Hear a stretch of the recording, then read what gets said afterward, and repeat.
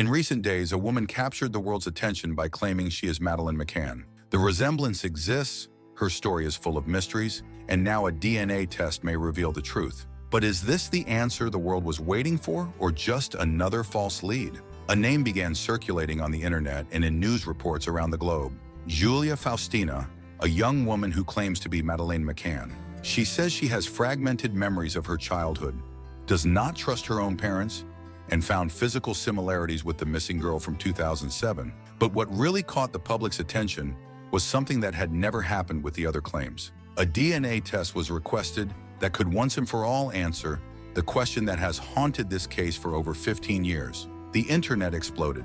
Thousands of people analyzed every detail, comparing photos and speculating about the test result. For many, this could be the definitive answer to one of the greatest criminal mysteries of all time. But for others, it was just another one of the numerous false leads that have emerged over the years. The Madeleine case has always evoked strong emotions. Parents with young children imagine themselves in the place of Kate and Jerry McCann, living an endless nightmare. Investigators, experts, and enthusiasts try to connect the dots in search of a truth that always seems out of reach. But is this time really the conclusion? Or are we about to relive another collective disappointment? To understand whether this woman could really be Madeleine McCann, we need to go beyond the surface and analyze the evidence, the contradictions, and the impact that this kind of claim has on the search for the truth. The idea that a girl who disappeared over a decade ago could be alive and unaware of who she really is might seem unbelievable, but it is not impossible. There are real cases where people discovered years later that they had been kidnapped in childhood and raised under a false identity. An impressive example is the case of Carlina White, kidnapped as a baby in the United States and raised by another woman as her own daughter. She grew up believing a lie until, at 23, she discovered her true identity through investigations and, of course, a DNA test. If that happened before, could it happen again? But there's a problem. Madeleine McCann is not an ordinary case. She was not a baby when she disappeared. Her photos circled the world, her search was never halted, and over the years, countless false leads emerged. People claimed to have seen Madeleine in different countries, suspects were interrogated, and theories dominated the media. Each of them seemed like a bombshell revelation at first, but soon fell apart. So why does this story about Julia Faustina seem different? What makes so many people take this claim seriously? Are we facing the greatest discovery of the decade, or just another piece in a dangerous game of false hopes? False hopes can be just as harmful as the lack of answers. Since Madeleine McCann's disappearance, countless people have claimed to be her or to know where she was. Some of these claims were made by fraudsters seeking attention. Others came from individuals who truly believed they were telling the truth, but who were mistaken. This type of situation raises two major issues. The first is that each new false lead diverts resources and attention from the real investigations. The police have already spent millions of dollars chasing leads that ultimately went nowhere. Every new sighting of Madeleine requires investigators to assess the credibility of the information, which can end up taking the focus away from clues that might actually lead to the truth. The second problem is the emotional impact. For the McCann family, each new claim rekindles hope, only to be shattered when the truth comes to light. And this doesn't happen only to them. Cases like those of Nicholas Barclay and Timothy Pitson have shown how desperate families can be deceived by people pretending to be missing children, creating a cycle of pain and disillusionment. The question we need to ask ourselves is, could Julia Faustina really be Madeleine, or are we just repeating a story we've seen before? In 1994, an American family went through what the McCanns may be experiencing now. Nicholas Barclay, a missing boy, was supposedly found 3 years later. He said he couldn't remember everything. His appearance had changed, but the family believed he was their lost son. However, the truth was different. He was a French imposter named Frédéric Bourdin. The case became known as one of the biggest emotional scams in criminal history. And if we are experiencing something similar now, if Julia truly believes she is Madeleine but is mistaken, how far can this story go? The truth. But before we get there, we need to understand what science can really tell us, how this exam works, and why it may be the key to finally solving the case once and for all. But are we really ready for the answer? Imagine waking up one day and realizing your entire life might have been a lie. That's what Julia Faustina felt when she began questioning her own identity. According to her, her childhood memories were always confusing, full of gaps and moments that didn't make sense. She said that her biological parents avoided talking about her past, changed the subject when she asked questions, and reacted strangely when she tried to understand her story. Then one day, while researching cases of missing children, she saw a photo of Madeleine McCann, and something inside her stirred. The shape of the eyes, the line of the chin, even a small mark on the face seemed familiar. What started as mere curiosity soon turned into an obsession. What if she were the world's most famous missing girl? With that doubt in her head, Julia began posting videos on social media. In just a few days, her story went viral. Millions of people started analyzing her photos, comparing facial details, and the internet split between skeptics and those who believed that we might finally have an answer to Madeleine's case. But the attention went beyond the internet. The case reached news headlines, caught the interest of investigators, and even attracted an experienced private detective who decided to help Julia find the truth. The pressure was only increasing. If she was wrong, it could just be an illusion created by her own mind. But if she was right, we would be facing the greatest discovery of all time. The question now was simple. Could DNA put an end to this doubt once and for all? Part 2. Intensification of the conflict and the approach to the climax. The internet became a battleground.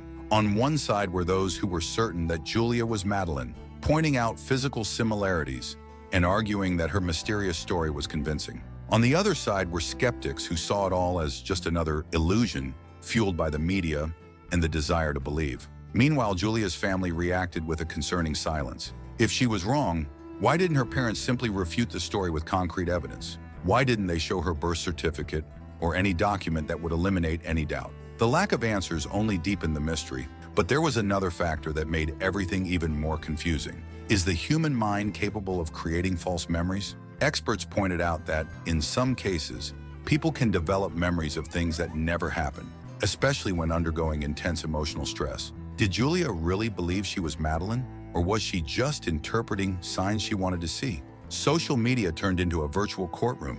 People demanded that the McCann family speak out, but until that moment, there had been no official response. What did that mean? Were Madeleine's parents waiting for the DNA result before commenting, or did they simply not believe in the possibility? And then came the news everyone was waiting for. The DNA test was underway. In a few days, the truth would be revealed. But now one last question remained.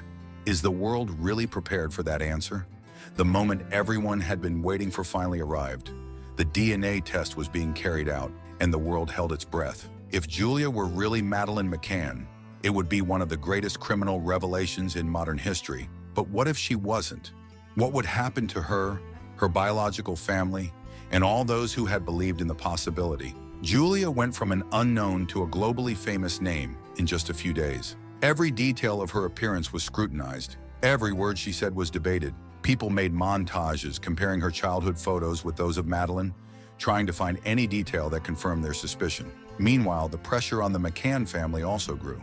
Up to that point, they had not given any official statement. If there was a real chance that their missing daughter had been found, why weren't they reacting? Did they prefer to wait for the result before fueling hope, or did they simply not believe in the possibility? For Julia, every passing hour was a mix of expectation and fear.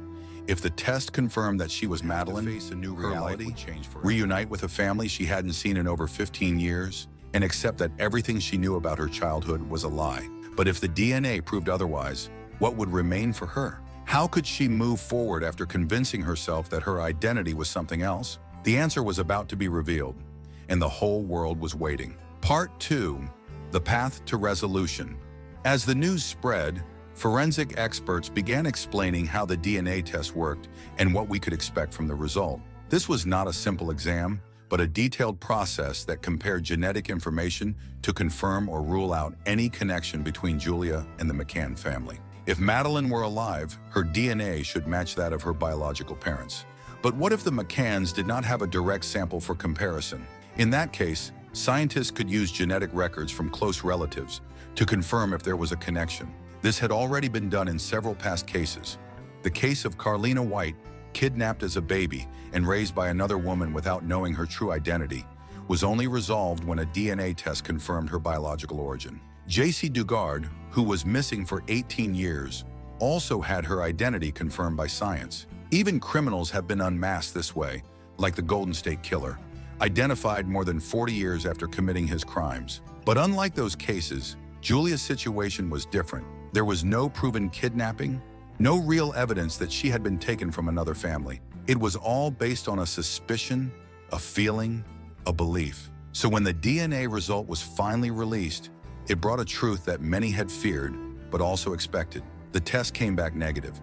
Julia was not Madeleine McCann. What did that mean? Once again, the Madeleine case remained unanswered. Once again, a new hope was shattered.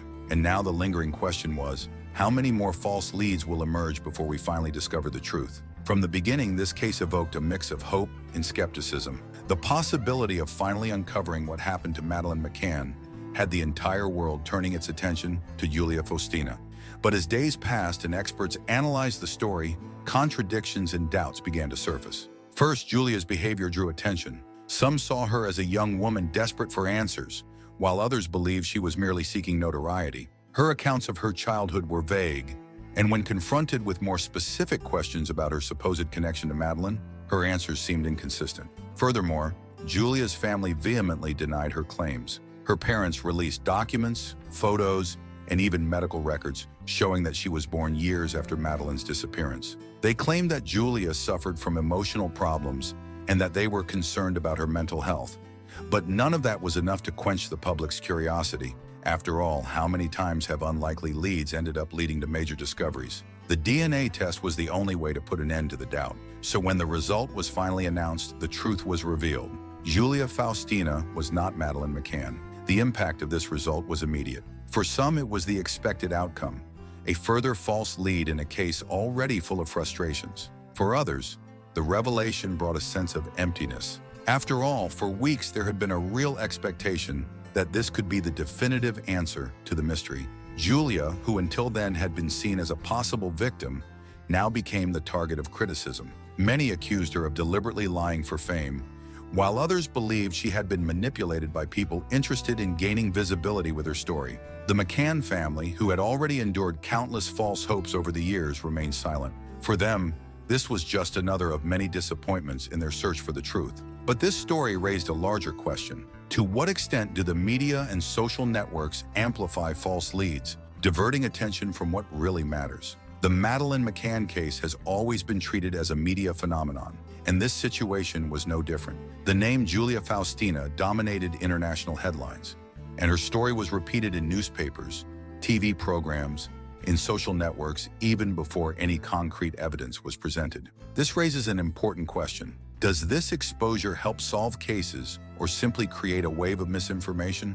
It is not the first time something like this has happened. The case of Nicholas Barkley in the United States is a classic example of how false identities can even confuse official investigations. Nicholas disappeared in 1994, and years later, a French man named Frédéric Bourdin pretended to be him, fooling even his own family for a while. When the fraud was uncovered, the sense of frustration and the devastating impact of false hopes was that of Timothy Pitson. In 2019, an adult man appeared claiming to be the missing boy. Pitson's family, who had been searching for him for years, experienced a moment of relief, only to find out that it was all a cruel lie. And now we see the same pattern with Madeleine McCann. The media and social networks create a cycle of hysteria where every new lead, however fragile, is treated as a potential definitive solution. This generates enormous emotional impact on the families involved, as well as overloading the investigations with irrelevant information. The speed at which stories like this go viral also shows the power and danger of social networks. In just a few days, Julia Faustina went from an unknown person to a name talked about worldwide. This can be extremely dangerous, as media exposure often comes before the facts are fully checked. In the end, the big question remains: how many more false leads will need to surface before we finally have a concrete answer about what happened to Madeleine McCann? Forensic science has advanced greatly in recent years, and cases that once seemed impossible to solve are being cracked with new DNA technologies and genetic databases. But until this technology can offer a definitive answer for the McCann case, it is essential to learn from these false hopes and treat each new lead responsibly. So perhaps the most important question isn't whether Julia was Madeleine, but rather, is this obsession with immediate answers taking us further away from the truth? With every new lead in the Madeleine McCann case, the world turns its attention to a mystery that has lasted more than a decade. Julia Faustina sparked a global frenzy, But in the end, her DNA test confirmed what many had already suspected. She was not Madeleine. This leads us to a bigger question. How many of these false leads actually help the investigations? Social networks amplify even the slightest possibility, turning rumors into truths before any concrete evidence exists. This can be dangerous. With each new twist, Madeleine's family is forced to relive the pain of her disappearance. And worst of all, while everyone focuses on stories that prove to be false, the real answer might be getting overlooked. British and Portuguese police are still following new leads, but so far there is no concrete evidence that Madeleine is alive or of what really happened on that night in 2007. That means the mystery remains, but there is a glimmer of hope.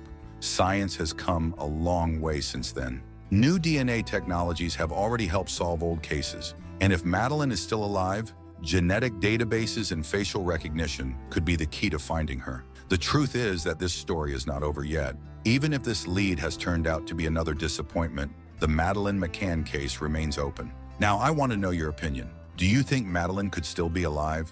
Or do you believe that the truth about what happened that night will never be uncovered? Leave a comment below. And if you like cases like this, click to watch the next video where we discuss another mysterious disappearance that has captivated the world.